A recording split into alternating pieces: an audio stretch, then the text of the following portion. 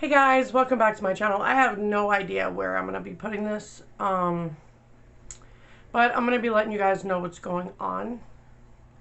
So my goal was, as of January 1st, to consistently post on this page and my other pages until medical shit happened. So if anybody doesn't know me, hi, what's up? I'm Heather. I've been on YouTube for about 3 years now, ish. And I pretty much handle medical dentures. I have a second channel inside the Mind of a Diva that goes into detail of everything that makes me up. What I go through, my diseases, skincare, healthcare, everything that's me. Okay, so, I mean, if you guys want to subscribe, do you. You can if you guys don't mind my quirky personality and very sarcastic. I just want to make a difference in the world, you know. Who doesn't? Okay, what normal person doesn't? You know, everybody wants to help people and do what they can. Okay, not everybody, but I do. So I'm just going to sum it up for you guys. So the last year I've been going through severe autoimmune inflammation issues where my SED rate is at 80. I think now it's like 100 and something. Yeah, which is more like hospitalization. So if anybody who knows about this stuff would know that SED rate shows inflammation of the body. Mine is absurdly high. And that's because I had so many doctors who freaking ignored me, knowing I have health conditions. And like, oh, you're fine. It's no big freaking deal. Let's just leave you like this. Yeah, thanks, a-holes. So that ended up causing more issues. So I went into the ER about a week ago or so. It's been a week. I'm going to try to post this today, which is Sunday. So hopefully you guys get it. I will go into detail for my member page. Other than that, I'm not going to detail. It's YouTube. When it comes to personal stuff, I keep my personal business off of YouTube unless it's in my member section. Member section is where you can join, so it's limited people that are there. So that's why I don't mind giving my personal details out, because normally who joins my membership is normally who I'm pretty close to, or just people who are interested in my health. Or personal stuff. So you can join my membership all you want. Just after you subscribe, click the word join that's underneath subscribed. If you're on your Apple phone, it doesn't show it. That's because Apple sucks. So you'd have to go on a computer to do that. Yeah, Apple, I don't know why they're so freaking weird. But anyway, I went to the ER with extreme abdomen pain on my left side, which, thank God it wasn't appendicitis. I freak out about that all the time, because I keep losing organs, and I know that thing is the next to go. But severe abdomen pain, severe distension. It's from literally my pelvic area all the way up to like my rib cage and pain, and it goes into my back. I was dealing with the pain. I was like, all right, maybe it's because of constipation, stuff like that. You know, that happens. And I have Scleroderma, which tightens my intestines and everything. So whatever, it started getting worse and worse. And then 3 days in, I'm like, all right, I'm going to go to the ER. I think it was like 9 o'clock at night. Of course, it's always on a weekend. And it's always late at night. Luckily, I got there when it was empty. Leaving is a different story, but I'll get to that in a minute. So the doctor who saw me immediately saw the distension in my stomach. I told him a little about my case. I have too many diseases to begin with. So I'm like, you can really pick one that's causing this. But as you guys know, high SED rate. So this is a rare condition. I'm going to tell you in 1 minute. I'm going to explain what it is. But again, there's not much about it. I have a funny feeling there's a reason why it happens besides inflammation. But again, so he thought it might have been, hold on, I'm looking for the word. There's so many medical terms in my head right now. Just give me 1 second. An obstruction in my intestines. He didn't touch the left side at all because he knew the pain level I was in. And my blood pressure was like past stroke. So he knew I was in severe pain. That's normally high blood pressure unless you have a condition that causes you to have high blood pressure. I normally have low blood pressure. So I have to be careful of things I go on because I can literally lose my heart rate. But it was through the freaking roof. Like through the roof. So he did a CT scan. That's normally what you do. So anything in the GI world, they always do a CT scan with, what is with my words? I know they said it's part of my autoimmune that I can't remember nouns, but they put that stuff in it to make it light up. I'm sure somebody will say it on here, but I probably already know by the time I post this. so don't bother. But they put it inside you to make everything light up. They do it for MRIs, blah, blah, blah. But they did it for the CT scan. I've had this done numerous amount of times because they're always trying to figure out what the hell is going on in my GI system. Scleroderma is a salty bitch. I'm just letting you know that right now. Anybody who doesn't know what scleroderma is knows how to freaking skin rash. I get really insulted and really upset when people say that. That's because I've almost died and have died a few times from it. And I'm like, are you kidding me? Scleroderma is overproduction of collagen. People might say, oh, you have great skin. Thanks. But it's also turning me from stone inside out. So it's like Medusa hit up my entire body and she's tightening me. It's extremely extraordinary painful. Some people, there's different versions of scleroderma. You can have just skin, where it's tightening your skin and it makes like white blotches on you, which I have that. Maybe one day if I get a better camera, I can show you guys that. I basically do my videos on my phone anyway. So you're not going to get that because the clarity is going to suck. But then there's systemic scleroderma, which branches off in two sections. Limited, which is very slow progression. You can live your whole damn life with it. Then you have diffuse, which is, I'm a lucky bitch that has gotten that one. Honestly, I want to be rude with you. I think I've had this since I was a teenager. But because it was slow progressing then, when I went through high levels of stress, which I'll put in my member video and explain to you guys what happened, it made that bitch go crazy. It put me into diffuse scleroderma, which you only get an expectancy at max 5-6 years if you're lucky. So whatever. I've gotten so used to this, guys, that death doesn't scare me anymore. I've died a few times, came back. Gallbladder exploded when they told me it was IBS. Like, it's been an itch, let's just say that. But, so he did blood cultures. He did the urinary cultures and microscopic and blah, blah, blah. I did the CT scan. So I get all my results before he even came in. So I knew what was wrong to begin with, just never heard of it. So what I have is epiploic, I know, weird, right? It took me a minute to learn how to say that. Epiploic appendagitis. Appendagitis, guys, is not appendicitis. So please don't say, oh my God, your appendix. It's not my appendix. Appendagitis is an appendage inside of you or on you or whatever. So what it is we all have fat or whatever sacs around our intestines. That's normal. No, it's not diverticulitis. Please don't, you guys don't tell me medical stuff. I know all about it. And everybody seems to do this. It's not diverticulitis, but it does mimic the pain of diverticulitis and appendicitis. That's how painful it is. It's extremely freaking painful. I'm just going to let you know that. Now, diverticulitis runs in my family like Jesus turning water into wine. I'm not even playing. This, everybody has it. Even my husband got 13 inches taken out of his, intestines. But I've only had one attack, and that was mild. That's because I ate a lot of granola. So I had to limit it because I don't want to have their issues. Which they said, no diverticulitis, it's no appendicitis. So this could be primary or secondary. Now mine's primary. And why I got this, even though it's a rare thing to happen, epiploic appendagitis is rare. So it's a sac fill that goes on, that's on your intestines. We all have it, about 50 to 100 on our intestines, but it loses circulation. Like, it's just not getting blood to it. So when it starts to die, it starts to become extraordinarily painful. It's like being stabbed and you can't breathe. It literally felt like liver stones, but in my lower abdomen. Now, my liver stones I had with my gallbladder exploding. And it felt like somebody kept taking a knife and just stabbing me over and over. I couldn't breathe. It was like really, really short breaths I was taking. So this, you can't bend over, you can't exercise, you can't do any of that. But I'm pretty sure I got it because the high inflammation in my body makes sense, right? Normally they have no idea. They like to say because people are overweight. Listen, I only gained weight 7 months ago. I became extra chunky because of all my meds, because of lack of exercise I can do, blah, blah, blah. So because of, the high inflammation, which caused strain on my joints, which is causing excruciating pain, that's why I couldn't always exercise.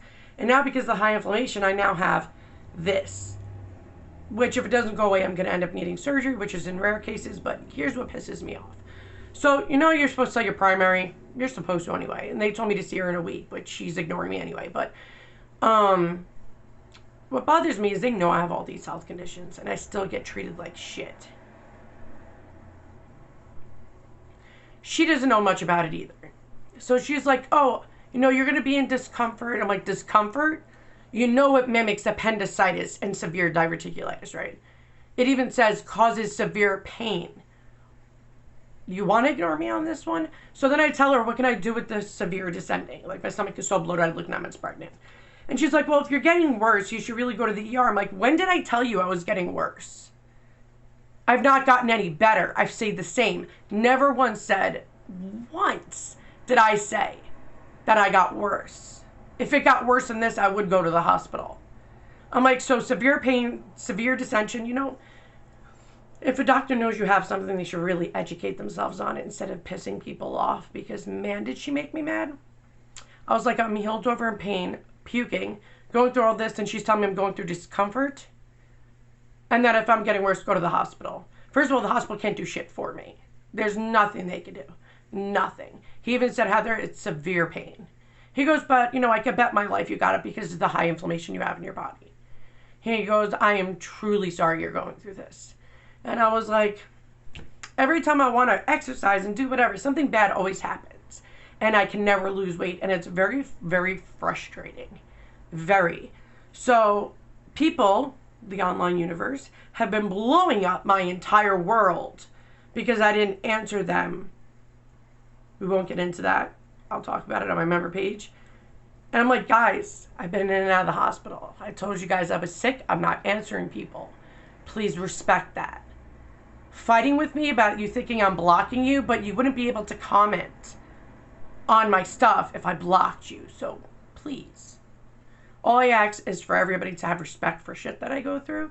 I've dedicated 3 years of my life to anybody who has a problem and always put myself last. Well, I'm trying to take care of myself right now. So it's been a struggle.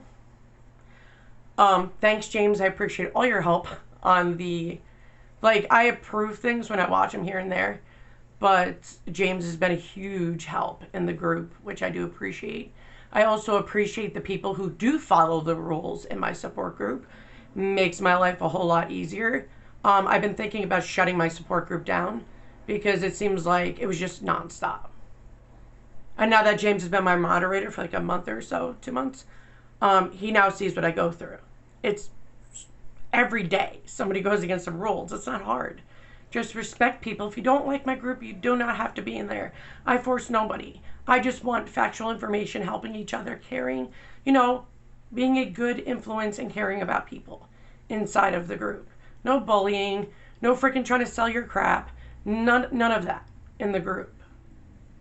I wanted to build a family in the denture world into a community and to help each other, because it's not that easy to have dentures, especially young with dentures.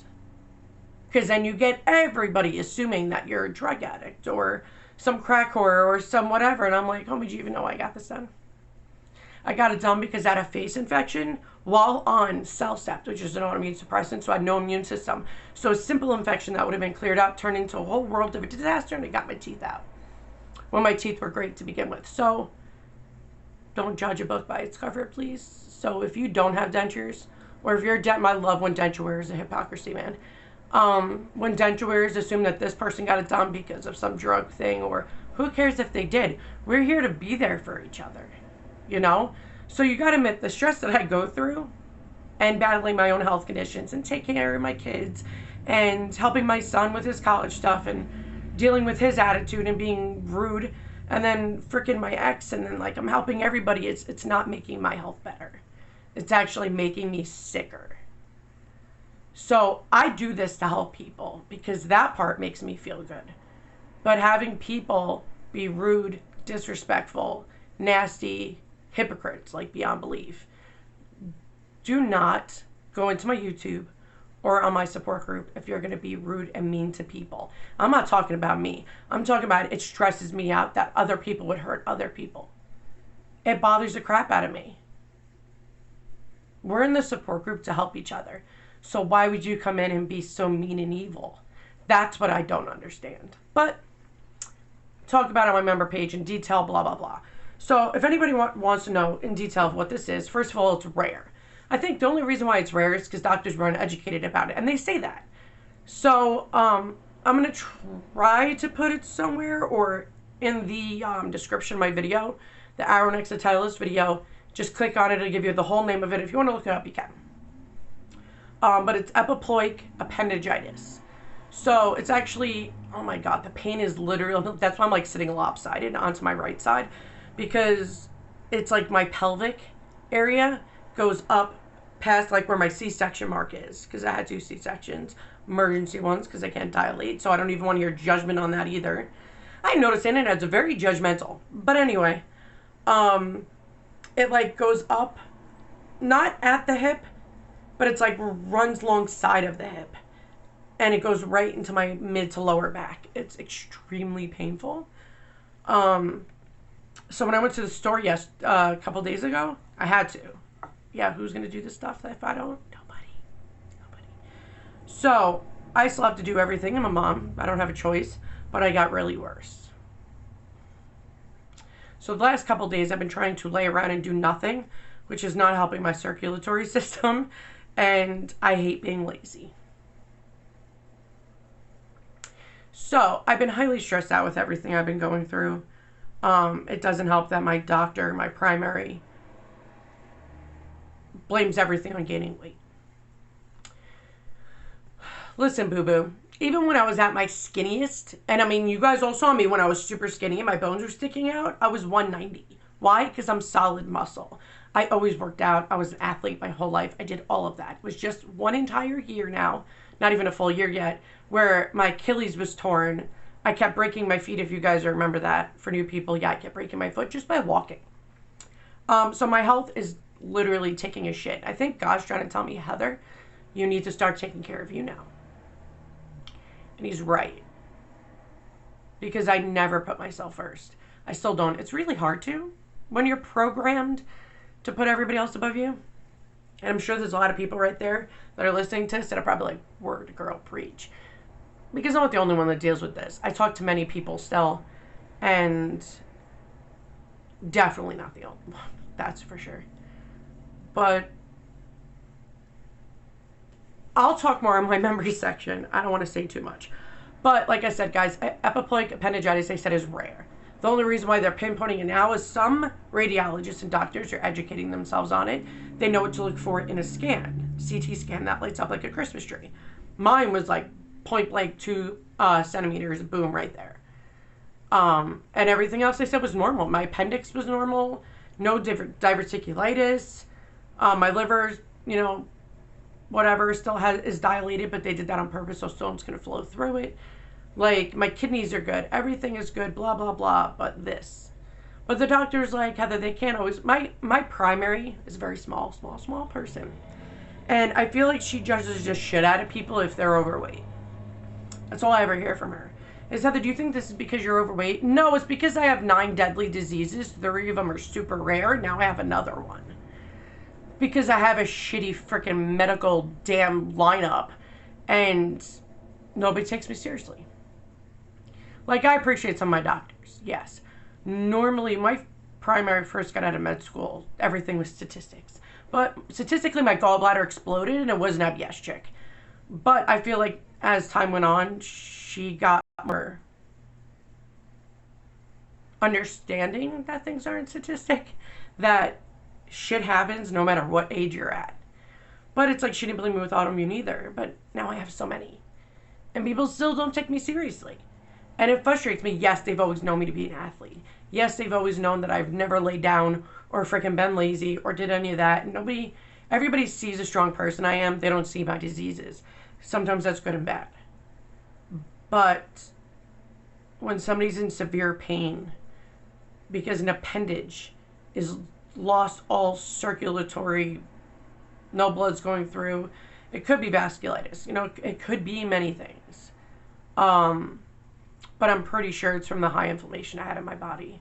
And any exercise I did, which I was trying to do yoga, it probably twisted it and caused this issue.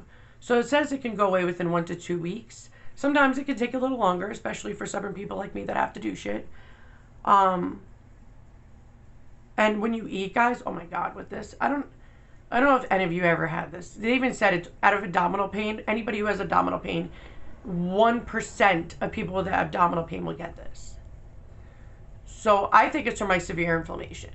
Now, I was recently, about a month ago, put on sulfasalazine. That's normally treated for IBD, which they know I have an IBD, which is inflammatory bowel disease. They just don't know which one. And they never could tell because Scleroderma messes with stuff. And when you have too many diseases, you can't really tell unless it's like punching you in the face. But with the sulfasalazine, it also helps with autoimmune, like RA. It's great for inflammation. So I know they told me it would take 1 to 3 months when I'm on my last final pumping up the dosage. So now I'm on 2,000 milligrams a day. So every week I had to go up one. And now I'm at 2,500 in the morning, 2,500 at night. Do I see a difference? Very small one, but I know it's going to take time for it to work. Like, my hands are just always swollen. You can see the white and the red, and that's not even trying to show you guys my hands. Even he said, even on prednisone, I was still super swollen. Prednisone helped me while being on it. I had to get off it because it was destroying my blood pressure, like it was raising it to dangerous levels, which is normal, it does that, but a low dosage wasn't doing shit. And my primary did that. When my autoimmune doctor told her to do something else, she didn't do that. So I had to get off of it. I couldn't go back up again. That would mess with my heart. So she kind of screwed me over in that aspect. But it helped while being on it. It helped the pain. It definitely helped the pain. But back on, I'm still in severe pain again. But now I have this, which is ridiculous. Am I glad that it's not diverticulitis and appendicitis? Yes. But appendicitis can cause this. Diverticulitis causes. That's a secondary. You know, I have the primary, secondaries if it's caused by, you know, an organ failing or something. But it's hard not to get depressed. I've always been able to control depression. I always keep myself busy. Exercise is always great for depression because even though when you start to do it, and even if you're not motivated, it really does clear your head. How do you think Adele got skinny? She even said she only exercised. She wasn't on a diet. She only just exercised to help her with her anxiety, and she lost all the weight. And not being able to exercise is really, really rough for me. Not being active is hard for me because I'm such an active person. Like, I do 10 miles a day by walking. And now I'm not doing any. So it's destroying my health in many aspects. But they got to control my inflammation first. But it's been a struggle. And between the depression I've been getting, anxiety, I don't sleep much because of the pain. It's been a struggle. So I'm glad. Like, normally the hospital I go to is not that smart. They have bad ratings. But luckily that the guy, whoever's in radiologist, saw it and was like, hey, this is her problem. But they checked everything else. Everything else was good. My SED rate's still high. All that's still high. You know, I feel like I'm just stuck, you know, waiting and sitting it out. But the problem is like, even when this winter has been warm, it's only been maybe about a week or two in between, maybe every other month it gets cold. But I go on fire and super hot. My body can't regulate because I have small fiber neuropathy, which is done by, you could check it if you have it. It's 2 biopsies, one on opposite end, which was caused by either scleroderma or neuromyelitis optica. And when I'm in the heat, my body can't take it. And every year it gets worse and worse. And he's afraid I'm going to die from that before I die from anything else. So in the summertime, I normally can only be out in the morning or very late at night. I can't be out in the daytime, especially like the mid-afternoon. I can't be that. My whole body goes on fire and I start the seizure. It's not a pretty sight. But anyway, I've been rambling. Sorry, guys. I will put the personal, what's happening, detailed stuff on my member page. But I just wanted to let you guys know what I was diagnosed with. And I've been answering people with denture stuff and helping them and doing all that. But when it comes to talking to anybody about my personal stuff, I really don't. I basically just talked to James about that. But I feel like sometimes there are people that are self-seeking that, you know, only talk to me when they want something. And I've learned to now, this new year, is I'm not going to do that. I'm not going to indulge and only let people talk to me only when they want something. And then they just disappear. So that's not going to happen anymore either. New year, new hope that things will be better. Hoping. But I'll keep you guys posted on anything that happens. But I did want to let everybody know because I've been getting so many emails. And I appreciate you guys' concern. I really do. I appreciate that there are some of you that genuinely care. So I definitely wanted to make this. I am going to go live at some point in the next day or two to really sit down and talk to you guys and all that, depending on my pain level and if the pain meds work at that moment. But yeah. I hope you guys are doing well, and I am going to start posting videos because there's so many things that popped in my head while I'm laying here doing nothing because I'm bored out of my mind.